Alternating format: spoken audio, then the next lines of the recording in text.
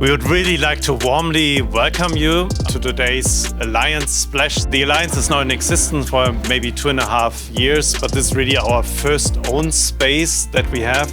There's one important thing that we want to do, and this is to express our heartfelt thanks. We have a wonderful team who are pushing everything forward. It's the researchers, of course, but nothing that you see here would have been possible without the dedicated management team that we are having.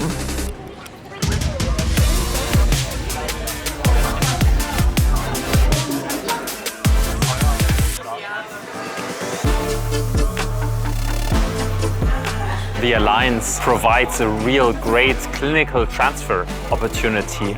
Really early on, we try to align clinical research processes between Heidelberg and Mannheim to develop together and really conduct together phase 1 clinical trials.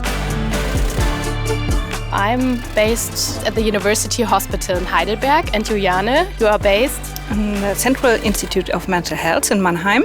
And together we work on a project where we, for the first time, investigate how mothers with a borderline personality disorder and their infants interact in daily life together.